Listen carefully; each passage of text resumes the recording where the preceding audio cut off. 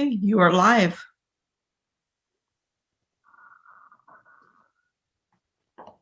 Okay, thanks, Lisa.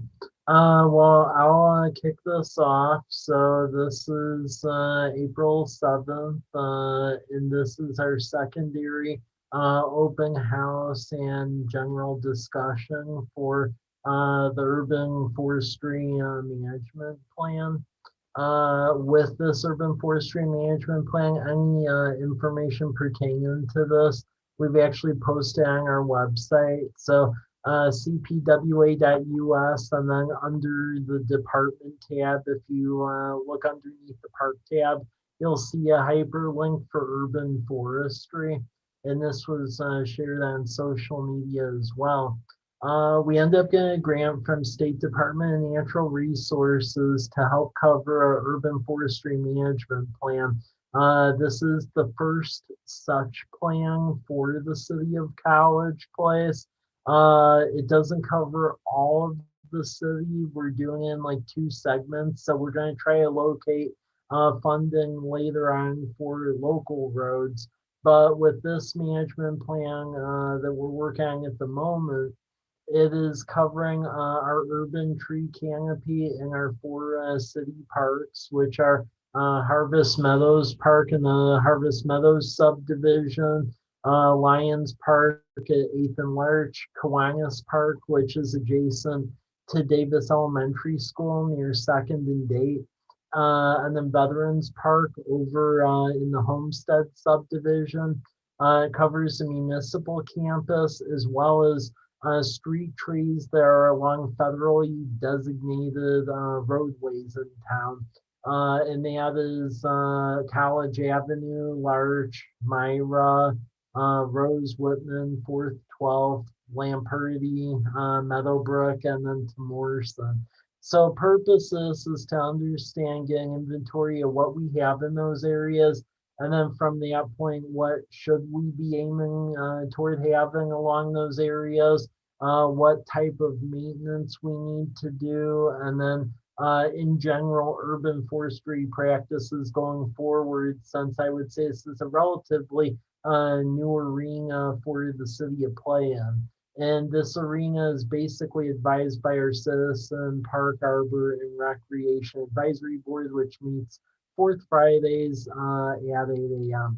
So with that, I will turn it over to Jim Platt with Community Forestry Consultants, who is in the process of putting together this plan. So with that, Jim. Thanks, Mike, for the intro. As Mike said, my company, Community Forestry Consultants, was hired to complete the urban forestry management plan for College Place. And typically, some of you might not be familiar with these types of plans, so I'll kind of give a brief overview of what a plan of this nature involves. So these are resource-based plans, and by that I mean our resource that we're talking about are the trees that the city owns, and those are public, in the public right of way.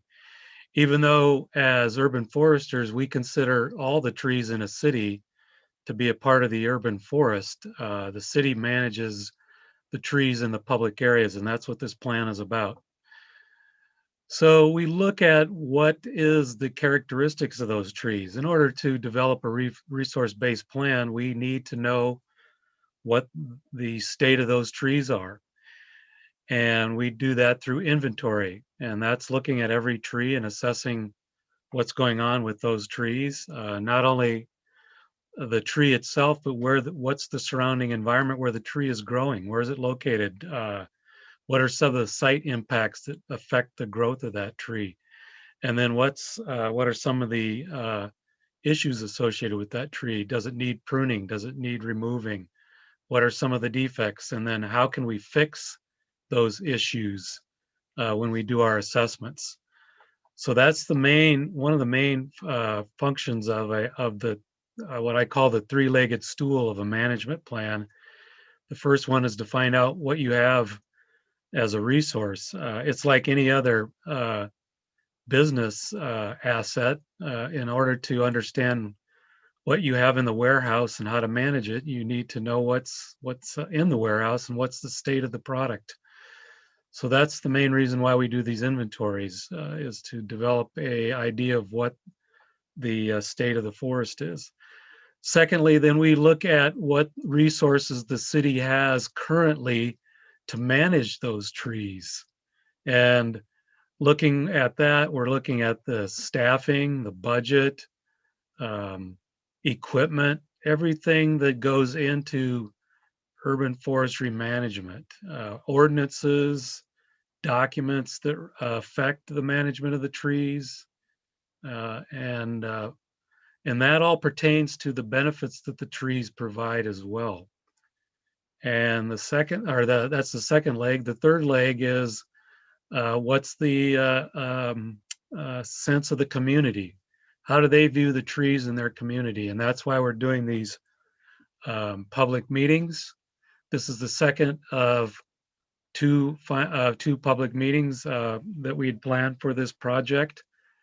Unfortunately, we still can't meet face to face. The other component of that interaction with the public is through, as Mike said, your advisory board for park and recreation and urban forestry. We've met with them and we'll meet with them again, and they will review the plan once it reaches its final stages and take input from all those sources and develop a sense of community about what the nature of the thoughts are of trees in College Place. So that's generally the process that we go through. And we're in the middle of that right now. We've starting to put things together after this meeting. Things will really start moving forward pretty quickly.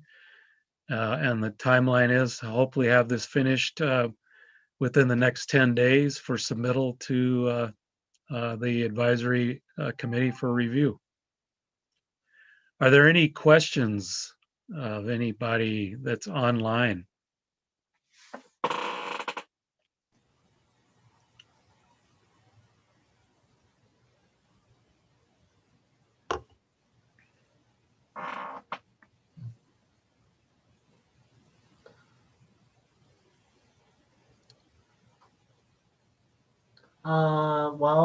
One question would just be essentially with this plan, is it going to end up defining essentially what trees we can plant? And then also, what is the condition of our, I would say, tree diversity in the community?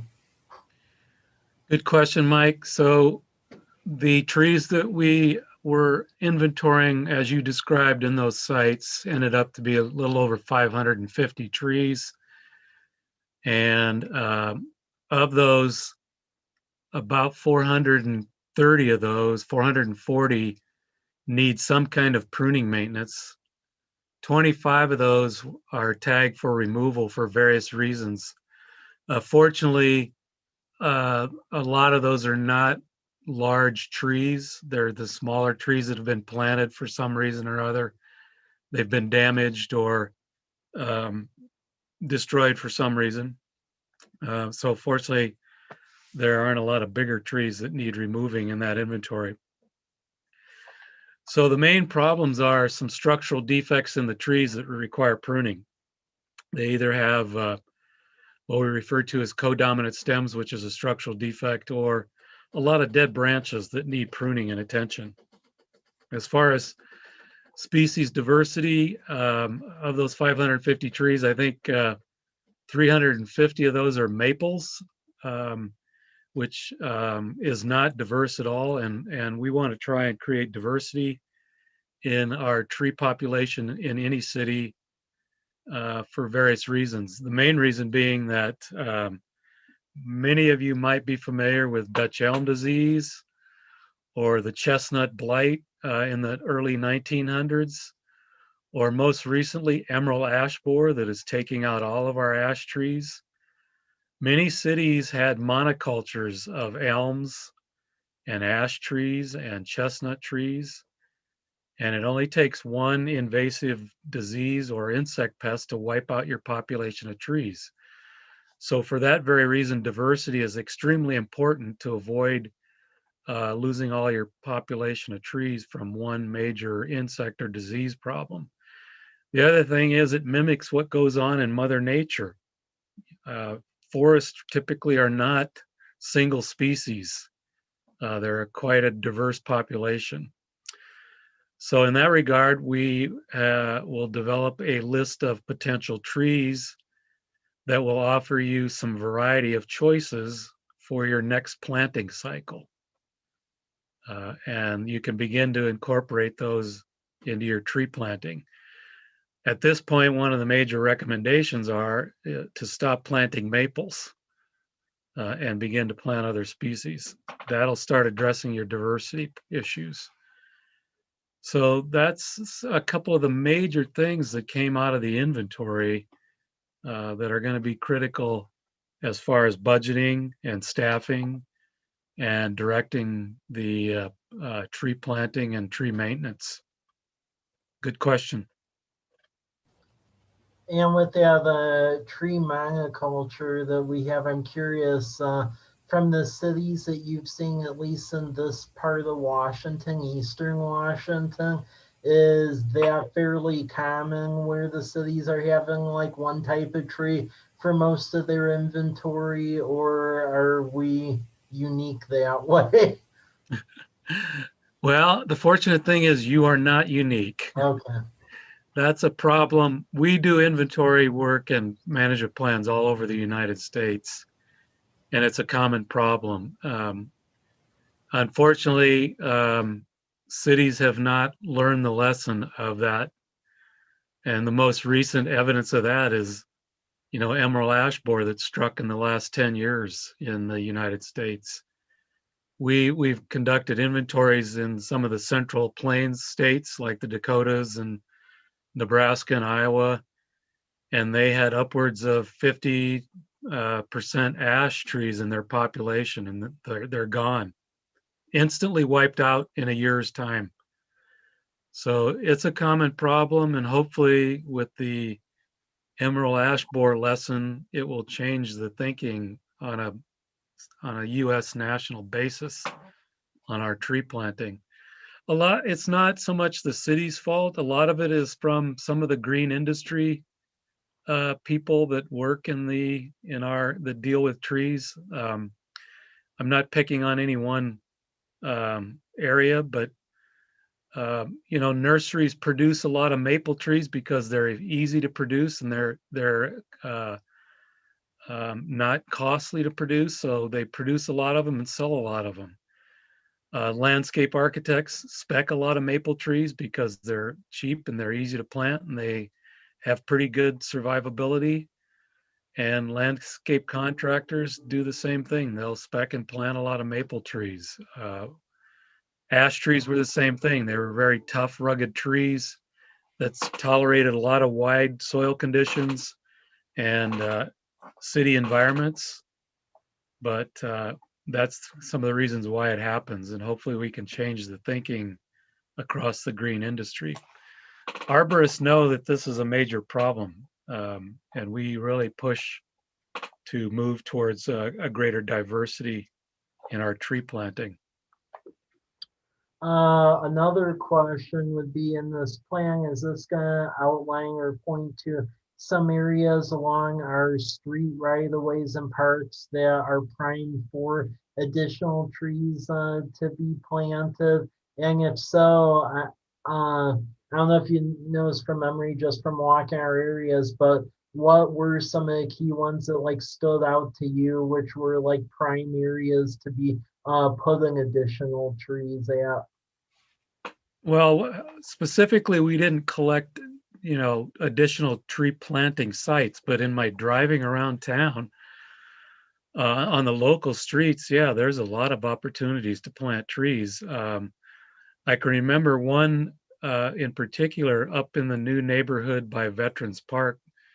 There was some of those streets were planted, but a lot of them did not have trees. And so I think there's plenty of opportunities for College Place to plant trees. The critical thing when we talk about tree planting is, and many of you've probably heard about some of these huge tree planting programs in the country. You know, you've probably heard of some of these million tree planting programs that cities initiate. Well, and arborists sort of cringe when we hear that because, yeah, it's a great thing to plant a million trees. But the real question that we ask is, do you have the budget dollars to take care of a million trees once they're planted? And the resounding answer to that in 99% of the cases is no. So it's easy to plant trees, but if you don't have the money to take care of a million trees, why would you plant a million trees?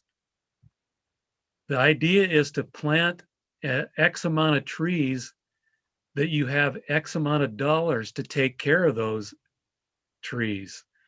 So plant, if you have a budget that can take care of 100 trees, that's what you want to plant. It's a very, the analogy we use is if you were going to have children, can you take care of one child or can you take care of 10 children? Do you have enough financial means to take care of that many people in your family? If not, you don't have 10 kids, you have one child. The planting of a tree is the simplest and easiest thing we can do.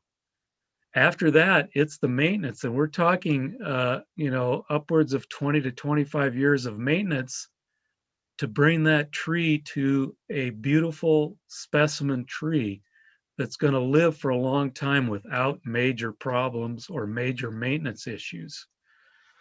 So that's where the dollars need to go, is in the maintenance of the tree.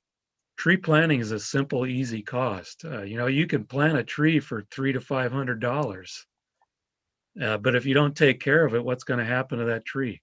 It develops some of the same issues that we found in the larger trees in the parks in College Place. The dead branches, the codominant stems, which often lead to failure. So 20, 25 years down the road, you've got an asset that's a liability instead of producing the benefits that we like to have with trees. So along those lines, we'll have a lot of information about that. The plan will have a lot of background on tree benefits that the public can understand and relate to, and why it's important to consider trees as infrastructure, like anything else the city owns. With the one exception is that other assets that the city owns depreciate in value as they get older. Trees, on the other hand, as they get larger and bigger, with the caveat, if they are taken care of, appreciate in value and become more of a resource to the city and are more able to provide the benefits that we talk about. Stormwater abatement, air filtration, water quality, oxygen that allows us to live on the planet. There are so many benefits associated with trees, and the bigger the trees are, the better. So when we talk about tree planting, we try and put the largest size possible tree. By that, I mean at maturity, the largest tree possible, wherever we can. If we have space to plant one large tree that's going to get 80 feet tall, it is not correct to put in 3 or 6 little ornamental trees because they don't produce enough benefits compared to that one large tree. So those are things that we will address in the plan.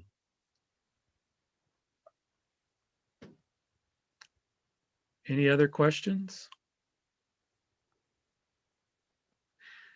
Do we know if there are anybody listening in, Mike, that have questions?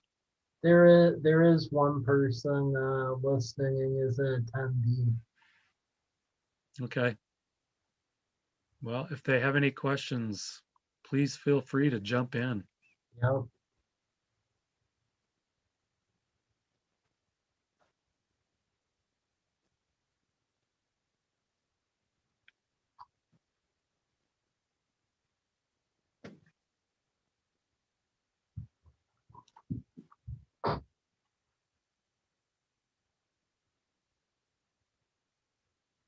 One thing as well, in the study work with those trees that need to be removed, Was that randomly scattered in town, or was there a specific area of town where a lot of those trees that have to be removed are located? No, it was randomly scattered. There was a few in some of the parks, and then there were some along the streets as well. Okay.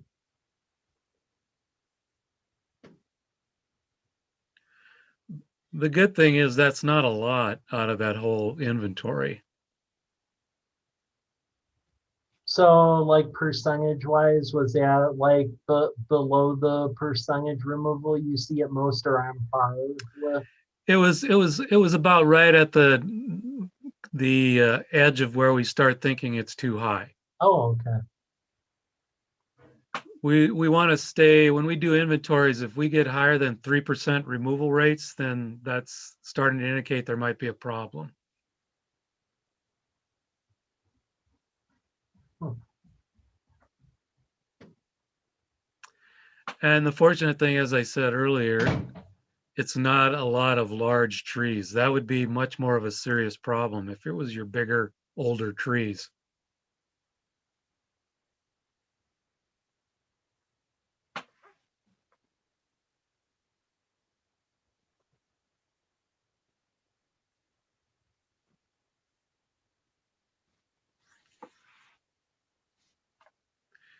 So to kind of, I guess, wrap things up is that this is going to be a very strategic, forward-looking plan where we incorporate all those components into the plan.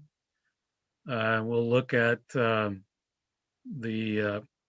other plans in the city, like the stormwater plan and some other things, and see where this can be incorporated and fit into that, and make this a plan that becomes a working document for the city to move forward with some recommendations on where to look at those budget items and staffing and planting and all these components that we've discussed this evening. I think that one of the important things, Mike, you mentioned in your opening remarks is this plan will potentially help you get another grant to complete additional work that is addressed in this plan, like inventorying the rest of the city trees, and then also getting an inventory of the available planting spaces so that you know exactly how many trees can potentially be planted along the streets, and prioritize areas where you want to plant and what you want to plant. Yeah, and then additional work beyond doing the plan for the local roads and areas like that will be a partner with some of our HOAs where they actually own some of the roadways for newer residents that may be watching this video later on.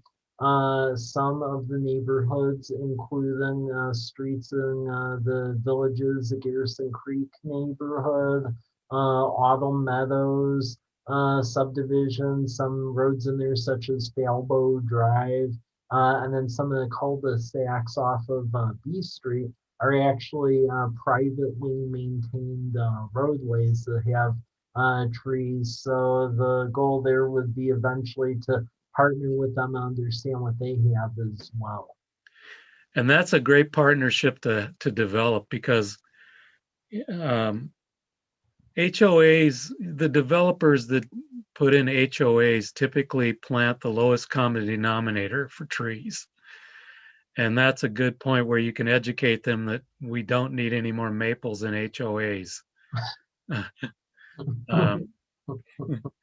And help them. So it's going to really begin to move the entire program forward for College Place and the people that live there.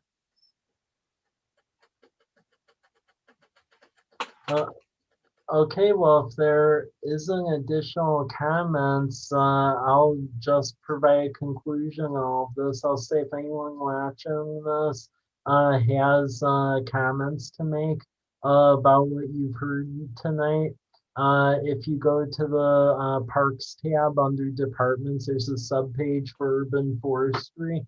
You has directions for submitting comments. Comments can be submitted directly to myself as city administrator. So I'm Rizzatello at cpwa.us.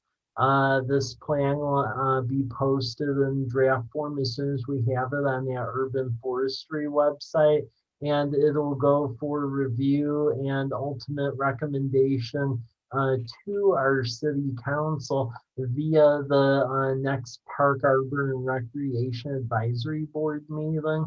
And looking at the calendar, their next meeting will be Friday, April 23rd at 8 in the morning. And that will be broadcast through our typical YouTube and social media pages. So with that, that is where we will go with this. So thank you for this open house this evening.